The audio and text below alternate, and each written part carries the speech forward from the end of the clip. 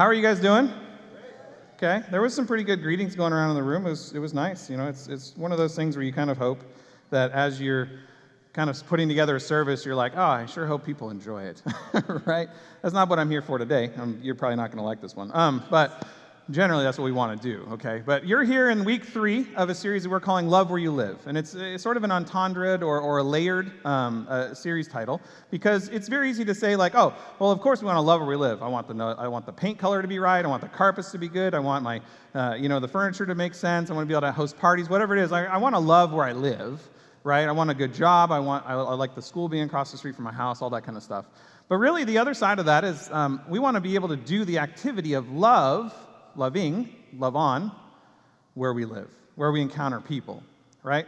We want to love where we live. We want to actually put out into the world love where we live, where we encounter people in work, school, play, all that kind of stuff, right? So that's what this series is about. And in the first week, just to give you a recap, although I definitely encourage you to go online because they're great messages. The other Mike, not me, because I go by curl normally, and it's mostly because of the guns that I've got from the curling. No, anyway, what we did in week 1 is we talked about the second most important thing. As anybody logically would, we started with the second most important thing. And that one was love your neighbor as yourself. Right? The first one, kind of obvious, love God with everything that you are, everything that you have, everything that you got. Do that, that's great. But the second one, as Jesus said, literally, the second one is like it. In order to accomplish the first one, you got to do the second one, love your neighbor as yourself. Well, the logical next question, maybe the next question, is who's my neighbor? Week 2. All right, so week 2, we answered the question, who's my neighbor? And Jesus really gave us a lot of loopholes, easy to step through. He was like, you know, it's okay. You can define neighbor as anybody that you like, anybody who's nice to you, anybody. No, he defined neighbor specifically as everyone. If you encounter another person, that's your neighbor. There were no loopholes. There was no getting out of it. It's actually kind of uncomfortable.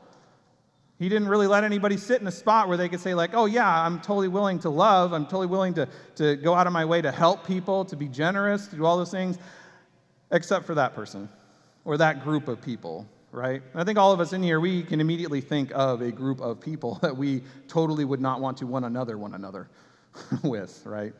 We don't want to live with them so that we don't have to love where we live with them. And Jesus didn't let us do that. So in week 2, that's what we explored. But those are those, and you can go online and watch those. We're going to continue now into the idea of well, what does it mean in week 3, love where we live? How do we do that? How does that look? What does it look like when we actually start to accomplish that, right? And so today, just so you guys can get ready, if you brought your Bible, you can pull out your Bible app. We're going to be entirely in Luke 15. We're not going to wander around. I'm not going to jump around in different verses like I normally would. We're literally just going to cover the entire chapter. But the fact that we're covering an entire chapter means I got to run. So just bear with me, because we're going to breeze through some things, and I totally encourage you to read this in your own time. You could even go into Luke 16 afterwards, because most people think Luke 15 is 3 parables, but really it's Luke 15 and 16 with 5 parables, and they're all related. But we're just going to cover those first 3 today. So that's the context of that piece. And what we're dealing with as we jump into Luke is we're dealing with Jesus, who's been wandering around, causing a ruckus, making people feel like they're loved by God. How dare he? And he's been attracting a certain type of person that maybe we would not normally be happy to associate with. And I know for a fact the Pharisees, the religious elite of his time, definitely did not appreciate the types of people that liked to hang out with Jesus, right? They were the sinners, the ne'er-do-wells, the no-good'ems. That's a new word. They were the ones who literally, when push came to shove, they were on the outside of culture, of society. The Pharisees had done a great job at this point. Pharisee is just a religious elite, religious leader. They're the ones who are really good. They're pro-level. They got baseball cards with stats, like he prays 15 times a day. He's been at this synagogue for 15 years. It's amazing. No, these are pro-level religious folks. People like me, right? Some of you probably in here are like, oh, yeah, there's a Pharisee on the stage right now, right? And admittedly, I can act like that sometimes. Not proud of it. We'll get to that later. But the Pharisees have drawn a line in society, and they said, hey, we've got over 600 laws, and we're really good at following them. And we're really good at pointing out how other people aren't so good at following them. And they just happen to look a lot like the people that Jesus is attracting. The Pharisees also really like attention. They like power. And so Jesus, as a rabbi, he should be siding with them. He should be on their side. What's going on? He's attracting all the people that they clearly said, you don't cross this line. You guys stay over there in your destitution and feeling like God hates you. And we'll be over here high and mighty and saying God loves us because we're so obedient. What are you doing, Jesus? You're ruining the flow. And that's the context that Jesus finds himself in over and over again. But in Luke 15, we actually have Jesus basically, and we don't know specifically if he's in an inn or anything like that, but he's gathered a group of people around him, and those people aren't the great ones, right? They're the sinners, the tax collectors, the folks who are on the outside. And the Pharisees, you can kind of imagine, they're in the courtyard, and they're grumbling. They're moaning, whining, but not to Jesus. Because, again, Jesus is important. And at this point, maybe we can get in good with him, but, man, we sure don't like who he's talking to. This is ridiculous. I'm not going over there. Did you see that person? They smell funny. It's like the Pharisees are out there grumbling. And Jesus, because he's God, it's kind of a cheat code, right? Up, down, A, start, all that stuff. Like, he's reading their minds, basically, and he answers their grumbling. They didn't ask it to Jesus. But they definitely, the word in Greek, I don't have the Greek word in my head. There's cheap Greek words later. That the word talks about how their grumbling and their moaning and their whining was not internal to their head. It was internal to their group. Right? So this is definitely something where the crowd is animus to each other. And so we encounter Jesus answering a question to them. But before we get to that, I want us to sit with a question specifically. And that question is at the top of your notes. It's, how far are you willing to go to recover what is lost? I want you to sit with that a little bit. Because as a culture today, we actually have an entire niche market of things that help us recover what is lost. Air tags, Find My, if you're in tile system, all these things, where we can go out of our way to figure out where our car is at any point because it's connected to the internet, right? And if somebody steals something from us, how far are we willing to go? Well, we can read some news articles about people who tracked down the thief, confronted them to try and get their phone back. By the way, don't do that. Criminals often don't really think about your personal safety when they're confronting you, right? So they may have, you don't want to get in a knife fight over a phone. Call the police. It's a better plan. We go to great lengths, though, to recover the things, to go after the things that are lost that are valuable to us. So sit with that a little bit and hold that in your mind as we go through these. And we're going to pick up this first parable in Luke 15. You guys can turn to it. We're going to start it off in verse 4. And I'm going to read here. It'll be on the Sky Bible as well. It says, if a man has 100 sheep and one of them gets lost, what will he do? All right. We might, not modern times, say, 1%. Not great, but I got 99. I don't know what I want to leave those. But then Jesus says, won't he leave the 99 others in the wilderness and go to search for the one that is lost until he finds it? Could you imagine anybody in here a sheep farmer? It's okay, you can raise your hand, don't be shy. Right. Anybody heard of a sheep farmer? Yeah, shepherd, we can use those words. Anybody heard of farming? Because I noticed not all the hands went up. You guys, anybody eating food? Yes, all right, we got everybody else. All right, it's great. Yeah, that's what this is involving, guys. This is the market of food, right? So these sheep are part of that. Anyway, it's fine. You guys get it. So here we have a farmer, a shepherd, a sheep herder who's lost one. And Jesus is saying, of course, crowd in front of me, folks in the courtyard. It's going to be a lot of that, two audiences happening at the same time. Of course, he's going to leave the 99 and go after the one. And us as a modern reader, we might immediately think, why would you do that, right? What, are you kidding me? But we don't know a lot about sheep, right? Sheep are herd animals.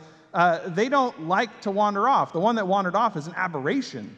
I mean, literally, the sheep may have this thought in their head as the shepherd wanders off, and be like, where's he going? And they just go back to munching grass and going, well, right? And I wrote that joke. I know, it's Kroner foul, right? It's fine. No, we're good. Literally, the other 99 will not wander off. He's actually making a really good play. And so his audience at that time, they're not necessarily sheep farmers, not shepherds, because that was the lowest class in their society, was being a shepherd. But they know who shepherds are, because sheep and lambs are a huge part of their economy. Wool and all that kind of stuff is a huge part of their economy. So as much as this low-class people handling the sheep, they understand the ramifications of the sheep. And so this is this guy's livelihood, and he's missing one, right? And so he continues on. He says, and when he has found it, right? When he has found it, he will joyfully carry it home on his shoulders. Guy's strong. Have you seen sheep? They're heavy, right? And when he arrives, he will call together his friends and his neighbors, and he will say, rejoice with me, because I have found my lost sheep. Now, if you're in your Bible, go ahead and highlight the word joyfully, right? Joyfully. It's crazy how he's going to do this activity full of joy, right? He's going to move from, I'm worried, I don't know what's going on, where's my sheep, to then, I found it, and now I'm filled with joy. And he's going to then call his friends together and say, rejoice. If you wanted to, you can highlight rejoice too. Remember with me, this is what rejoice is, remember with me, and then have joy at my success. And these are his friends, right? So obviously, I think we can get together on that. We can say like, oh, if my friend, no matter how silly of the thing that they were worried about, comes to resolution to that, I can celebrate with them. I can be okay with that. I'm okay with my friends having success, right, and finding joy in that. That makes sense. So the audience may not fully agree that they would go hunting for that one sheep, because they're not shepherds either, right? But they get it. They understand what's going on. But Jesus isn't done. And we jump into the second parable, and this one's called Parable of the Lost Coin. And it starts on verse 8, right? And it says, or suppose a woman has 10 silver coins, and she loses one. Uh-oh. That's not good, right? That's like 10%. Like, not good. Won't she light a lamp and sweep the entire house and search carefully until she finds it? Won't she do that? If you lost 10% of your value, but you were convinced it was somewhere where you could find it, would you look for it? Yeah, obviously, right? Obviously, that's a huge layout of whatever's going on in your life. You're like, oh man, I better find this. I am going to tear my house apart gently, and I'm going to look for that coin until I find it, right? Out of 10, I lost one. We're going to find this thing. And when she finds it, she will call in her friends and her neighbors. She'll call them in, have a little tea party or something, right? She'll pull her friends in and ask them, request of them, rejoice with me. Highlight that word rejoice. Rejoice with me, because I have found my lost coin. Remember what I had lost, and then celebrate with me. Rejoice with me. Let's throw a party for my coin. Probably costs more than the coin to throw the party, right? But they do. They rejoice. And as I mentioned before, we're going to do that. We're going to come together and with our friends and our close associates that we like. Remember, it's important that we like them, right? We're going to celebrate with the person who found the thing that was lost. Of course, we would do that. And what's funny is the audience is not unaware, and we're not unaware of what Jesus is doing. This is 1, 2, we're going to have a third parable. Jesus is ramping up the stories.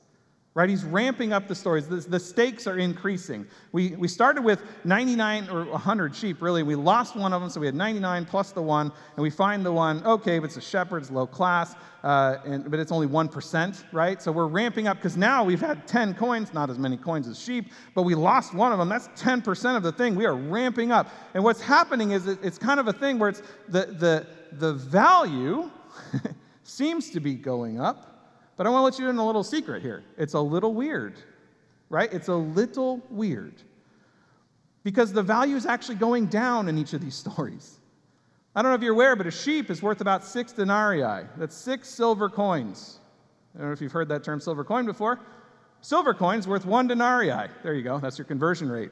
She lost 1. Granted, it was 10% of her total outlay, right? But he lost 6. The value is going down in each story. But the cost of the loss is going up. The value is going down, but the cost is going up.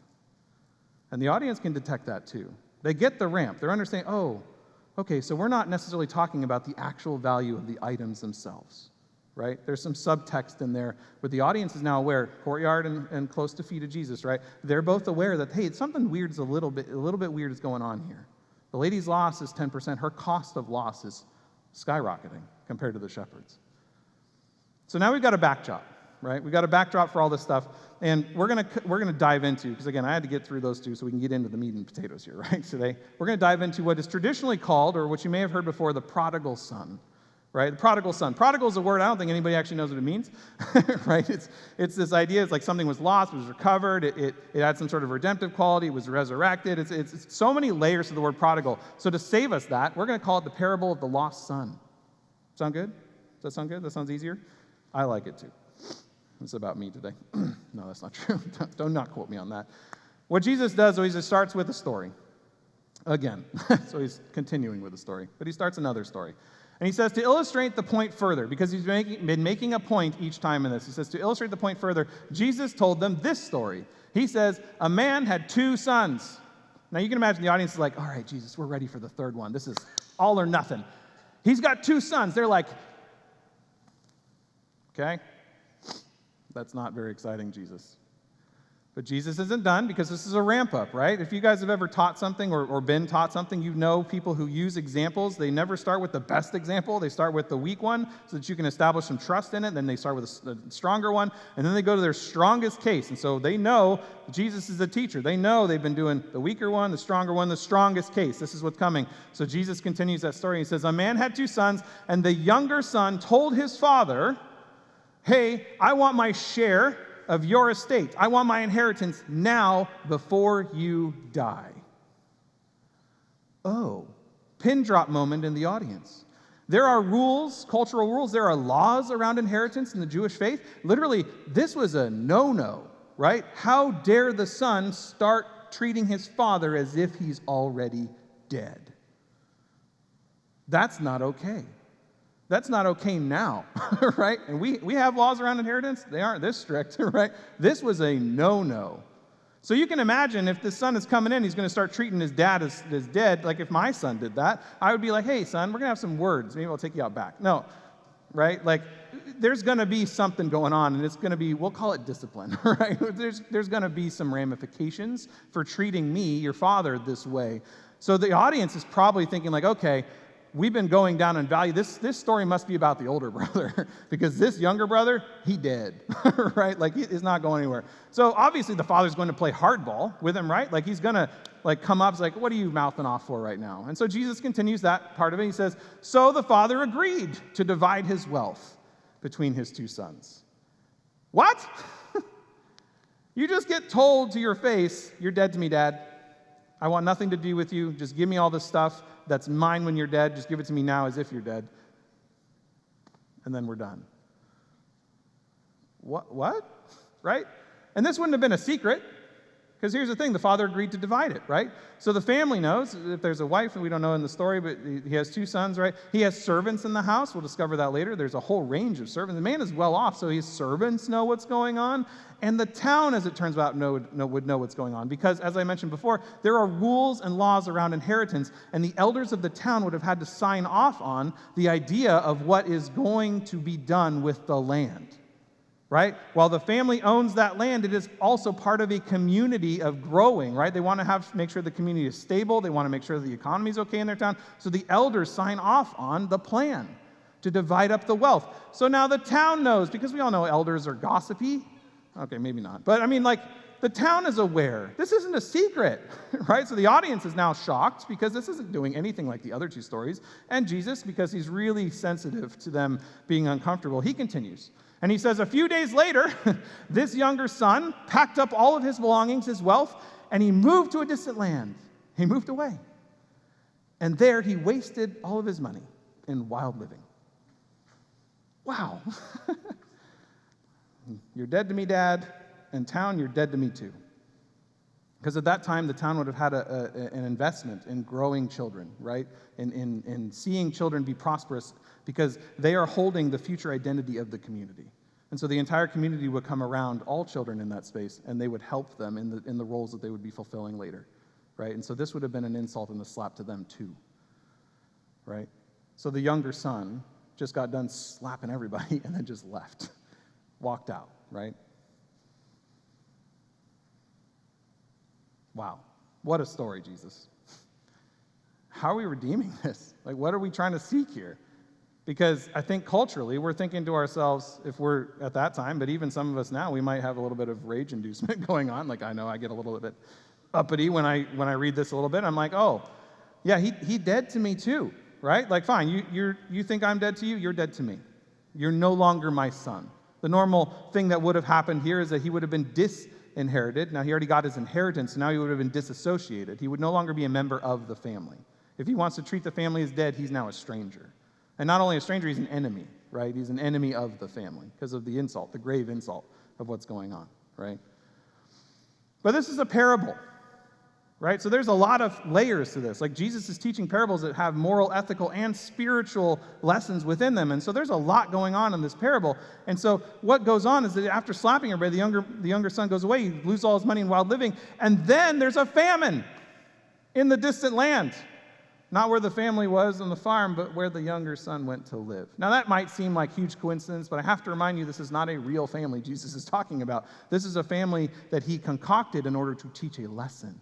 And so, of course, a famine hits at the exact moment when the son runs out of money to be able to withstand the famine. Of course he does, because we need to learn this lesson. And so in the process of him losing all that money, and now he's starving to death along with most of the people in that land, he winds up having to beg for a job with a pig farmer. Now, he's Jewish.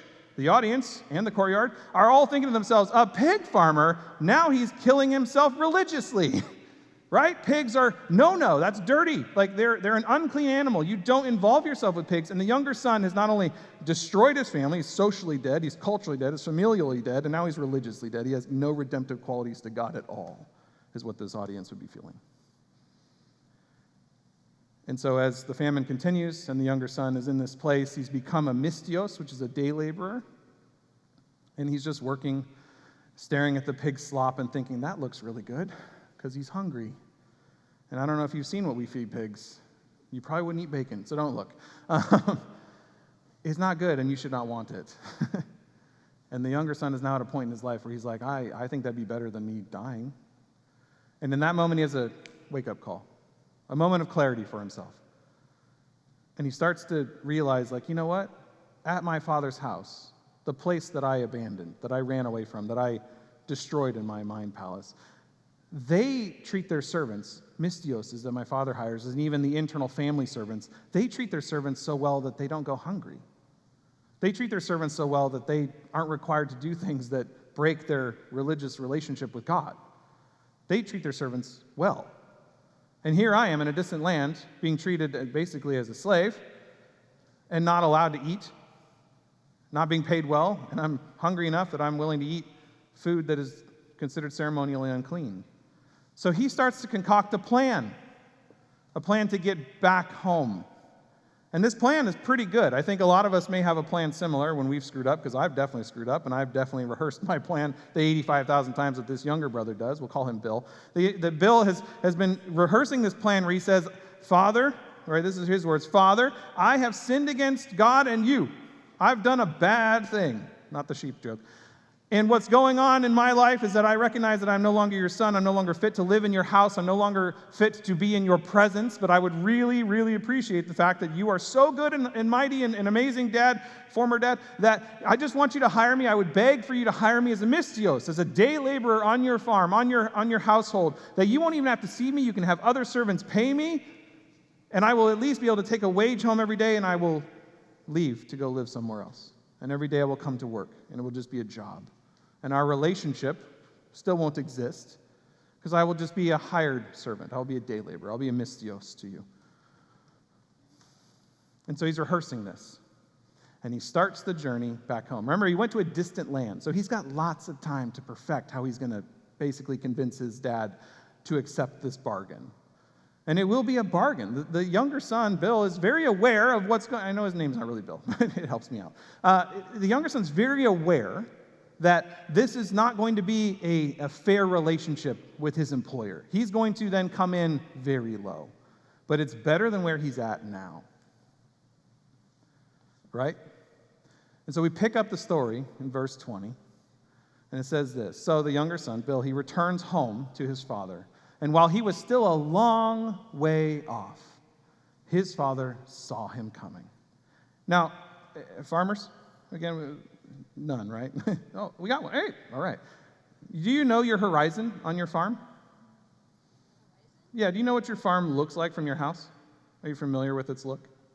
Yeah, right? Because it's your land. You're familiar with that. The farmer would have had enough land that he was wealthy enough to have servants and all this stuff, so he has enough land that he knows his horizon, right? And when he sees a little oasis-like bill-shaped change on the horizon, he knows exactly what that is. He sees him from a long way off.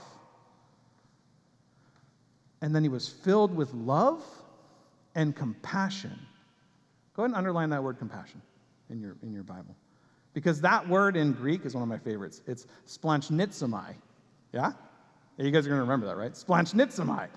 He's filled with splanchnitzomai for his son, and he runs to Bill, embraces him, kisses him, picks him up. He's joyful. Splanchnizomai, though, we flattened in the English to compassion. What it actually is imagine that your lungs are having the air drawn out of them. Imagine that there's butterflies in your stomach, and they started as caterpillars, right? So it's been a whole thing. And you literally have a hook, don't imagine how this happens, but it's pulled on your navel, and it's ripping you forward. You can't not move forward into that. We flatten that down to compassion. Oh, yeah, you have empathy for how bad they feel. No, it's a physical turning of the inward being of him. He has to go. That's what happens to the Father. Splanchnizomai happens to the Father. And he runs. This is a wealthy landowner in ancient first century Judea. He runs. If you owned land or property, you wore garb specifically so that you could communicate to everyone around you that you do not rush. Which means it would be uncomfortable to move around in quickly. It would have been long robes, possibly some sort of like chest piece and everything, and you would be able to just kind of stand and walk slowly around your property, exuding the importance that you are because you have servants to do the running for you. And meanwhile, this father's like, get me over there, right? You don't think anybody noticed? He's not supposed to be doing that. He ain't a child anymore. Children run. Servants run. Landowners do not run. Masters of their estates do not run. And yet he runs to his son. Everyone in the audience now understands the social cost for the father in this moment. Now, as he's coming, right, the father's coming, the son probably still rehearsing in his head. He's on 85,621 now. And he's like, Father, I've sinned against you. Oh, you're already here. Father, I have, and just robotically coming out. And the father just basically he gets it out, but the father just kind of ignores him. Right? He's made this proposal, but in the process, the father's all over him, and the son's like, I don't know, can you just accept this? I don't know, three denarii a week, I don't know, whatever it takes, right? And he just kind of ignores him because it says this, the father said to the servants, he's not even talking to the son right now, he says to the servants, quick, get him, I brought props, the finest robe. Oh man, I made that hard for myself, didn't I? I'm normally intending to be faster at things, but this is my life. Get him the finest Jedi bathrobe that you've got. I know, I'm such a nerd. Put it on him. I hope I can keep this on the whole time. It's going to be warm. And now, go into the treasury and get a ring and put it on his finger. Right?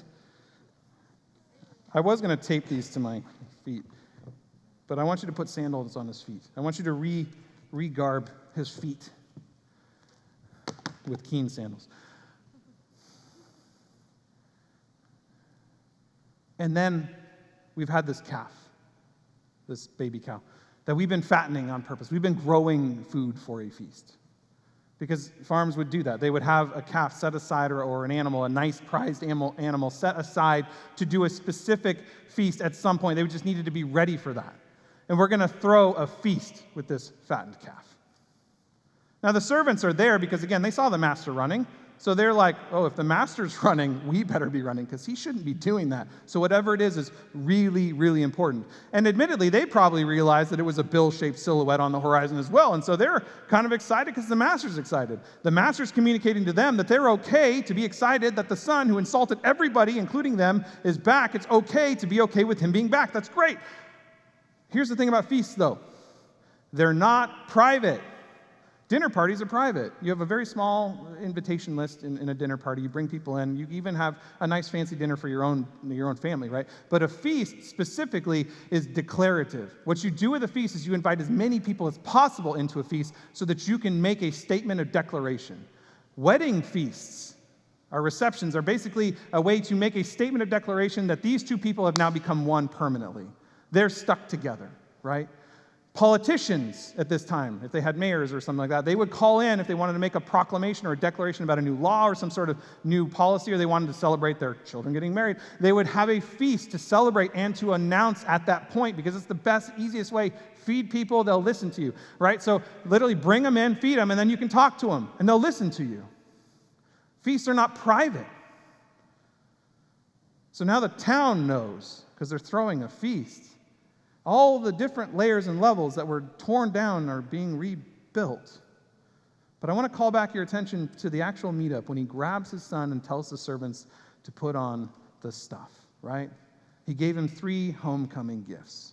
Now, if you guys were paying attention, the cheat code is right on me. What was the first one that he gave him? Say it out loud. Come on, you got it. The robe, that's right. He puts on the finest robe. Now, obviously, it's better than mine, right? But what that robe symbolizes was a restoration of his identity. The only people allowed to wear family garb, the only people allowed to wear things of the family inside of the house were the best treated internal house servants and slaves and the actual family. And there would have even been demarcations about the finery of those clothes, which he said bring out the finest one, which means he's a member of the actual family, right? He now has an identity where he has the last name, or however they would do it in their house, of the family. Then he says, put on the ring. You guys are falling asleep. I'm sorry. I'm so sorry. I'm trying to keep this exciting. No. It's very uncomfortable. Kids, I don't know how you do that candy stuff. Anyway, just kidding. I love candy. The ring restores his authority. The authority to be able to act on behalf of the family. You see, the ring would have some sort of marking on it, or maybe the family crest. It would basically be used to seal deals. So if you were buying something or selling something, you could seal in wax, or you could even seal in the pottery before it was fired, that your family had approved the purchase or the sale of that thing. It was showing that you had the full authority to act on behalf of the family. The only people who could have that were internal to the household, right? Now, a servant could be given the ring to go to town and do activities, but they were not allowed to wear it. He put the ring on his son's finger because the only people who could wear the ring were actual family members. But those 2 gifts alone do not reestablish that the son is now fully accepted. Again, he could be basically saying, okay, son, I'm going to let you live in the house, right? Like, we're going to be animous to each other. You said I was dead to you, so we may not talk during breakfast, but whatever, right? Like, this hasn't established anything until he tells the servants to put sandals on his feet,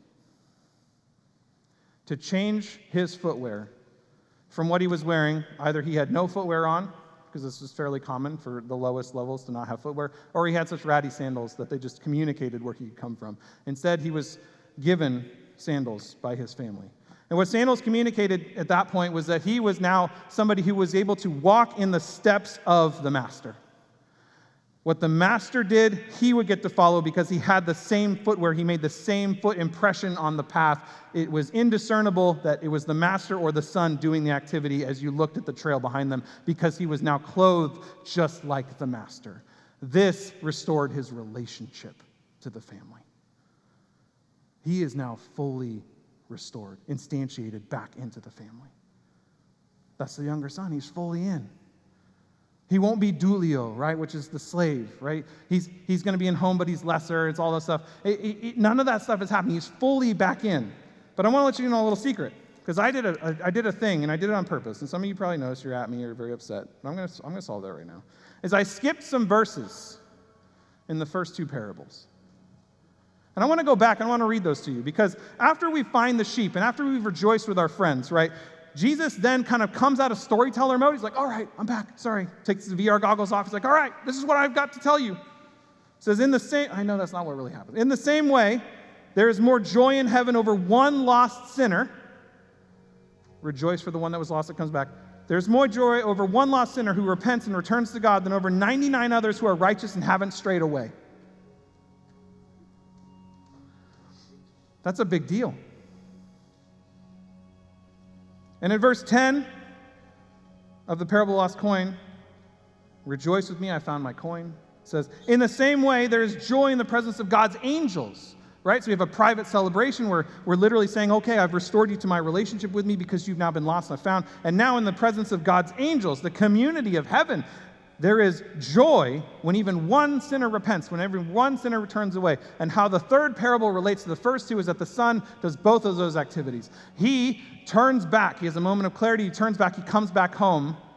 And then when his father gets there, he joyfully carries him on his shoulders. He identifies him as with himself and brings him back into the house. It's the strongest example of all of them, right? Now, if you're the audience at Jesus' feet, this is great news, because the son's a screw-up. Bill is not good. He made a dumb move. just like they're feeling that they do. They're told all the time by the Pharisees and the religious leaders of that day that you are not worth anything, and you deserve to be on the other side of that line that doesn't involve you being loved by or valued or cherished by God at all. They're told that all the time. And now here's Jesus, a rabbi, a trusted source of information about God's character. And he's telling them, just turn back to him, and he will literally carry you into the home. And he will put on a robe, a ring, new footwear, and you will be called his son or daughter. Here's the thing. I didn't just forget verse 7 and 10, right? What happened to Ted, the older brother? Because we got Bill and Ted, right? You're welcome. What's going on with that guy? Because in the beginning, if you remember, he had 2 sons. That was part of the whole, like, why are we talking about 2 sons, right? We've been talking about one lost thing. Now we're talking about 2 sons. What's going on? The farm is buzzing, right? And the older son, Ted, is out in the field working. And he comes back in because he's hearing celebration, he's hearing music and revelry, and all of these things are going on. And he snags a servant, he's coming by, he's like, what are you doing? Like, what's happening? What did I miss? Right? And he pulls the servant aside and it says this. He asks one of the servants, what's going on? And the servant uses very specific relational language when he says, your brother, not some stranger, not Bill, all this stuff, your brother is back. And your father has killed the fattened calf, which everybody would know what that means. And so we are celebrating because of his safe return. The servant is excited too. You would think the older brother would be excited. He got his brother back, right? Right? No. It says the older brother was angry, and he wouldn't go into the feast. And his father had to come out and beg him. What did the father do? The father did the same thing with his other lost child. He'd been there the whole time. But really, had he? He had such bitterness, such personal care. He even expressed to his father in that moment, he's like, I've been here this whole time working as a doulio. He uses that word. I've been working as a slave for you, Father. And you don't even let me take a goat to celebrate with my friends.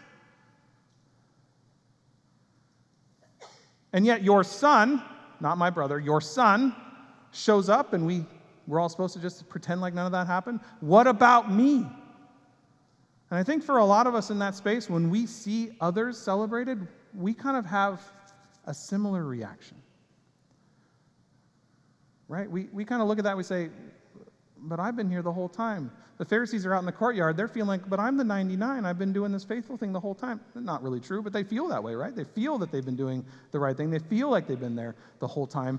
Why are we celebrating the one who screwed everything up when I've been doing the right thing the whole time? And the father looks at him and he says, teknon, which is a word that means dear one. Dear one, without rebuke. There's no, dear one, if you could just shut your trap, right? That's not teknon. Teknon has no sarcasm in it whatsoever. Teknon is literally dear one. Gentle encouragement and invitation. Please come into my arms, dear one. Teknon, if you only knew you've been with me the whole time, there's value in that proximity, but also everything I have is yours. Because remember what happened at the beginning is when he had to divide up the land, he can't just divide up a third of it and give it away and then still possess the other 2/3. That's not divided.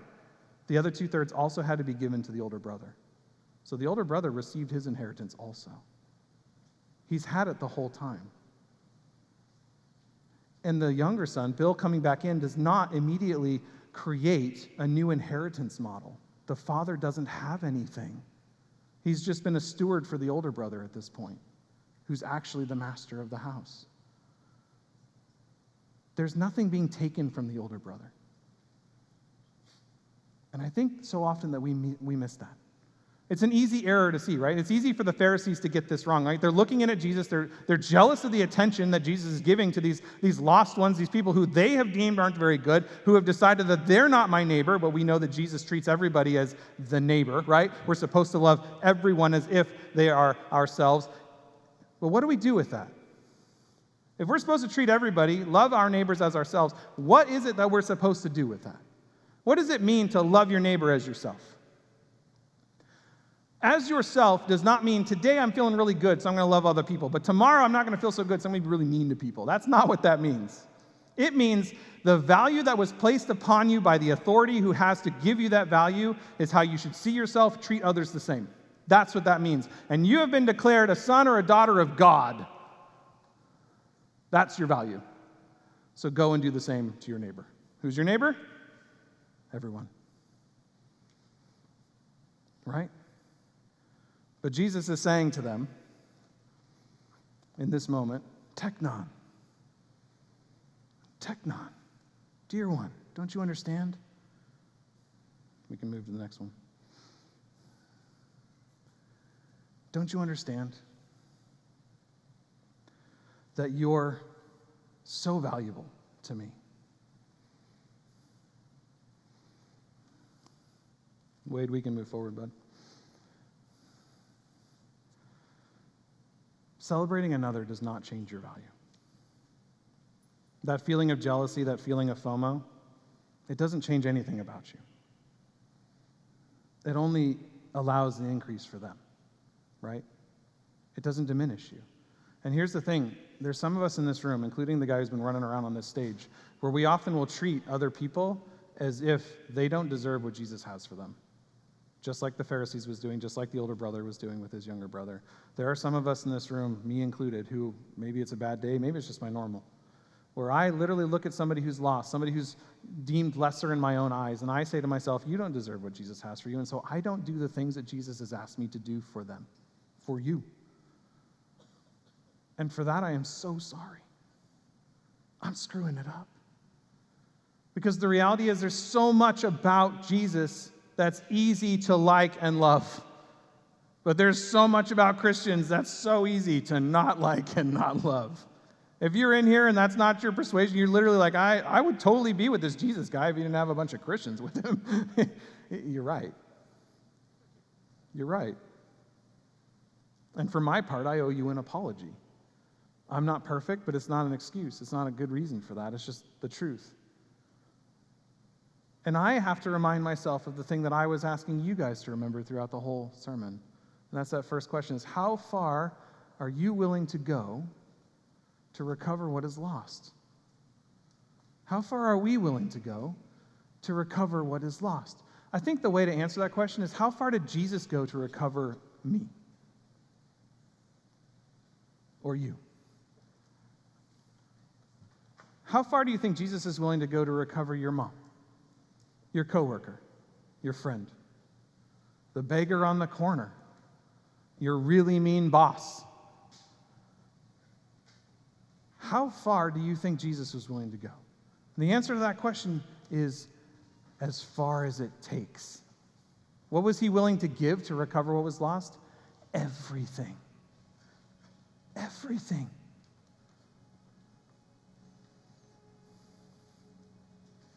I mean, we're in a space and a place right now where literally we get to talk about Jesus 2,000 years later. We get to learn about his character. And some of us in here continue to say to the people who have come to the feet of Jesus, you don't deserve to be there. Get out of my way.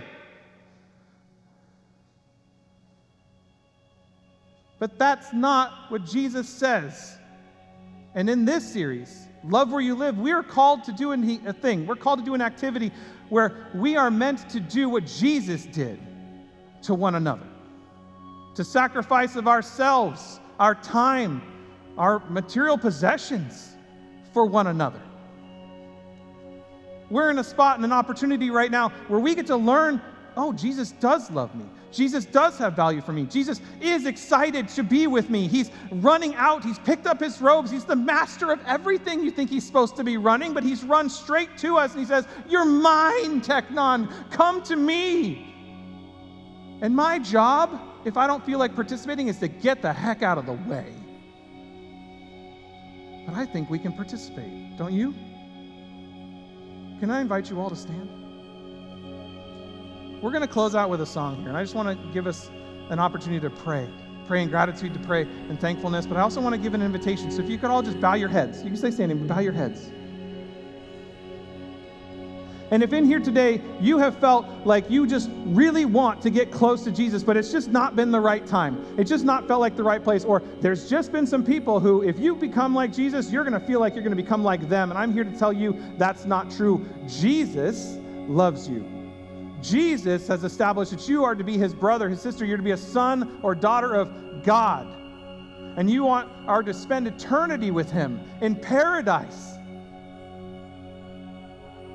in joy, with no cares from the world, with no death nipping at your heels, with no judgment pursuing you and making you feel guilty, and no shame for the things you have done or have been done to you. And I want to invite you, if you're in that space this morning where you have not said yes to that invitation to Jesus, if you could just quietly raise your hand for just a moment, and then you can put those back down. And I'm going to pray for us. Father God, thank you so much for this day. Thank you for this opportunity that we have to come together, to be able to celebrate with you, to be able to learn about you, God. But more than anything, thank you so much for this opportunity to learn about what it takes to do the second most important thing, to learn about what it is to be a neighbor and to find our neighbors. And God, to learn about what it is that you did in order to redeem and recover the lost. God, we are so thankful to you on this day. Thank you so much for telling us how to love where we live.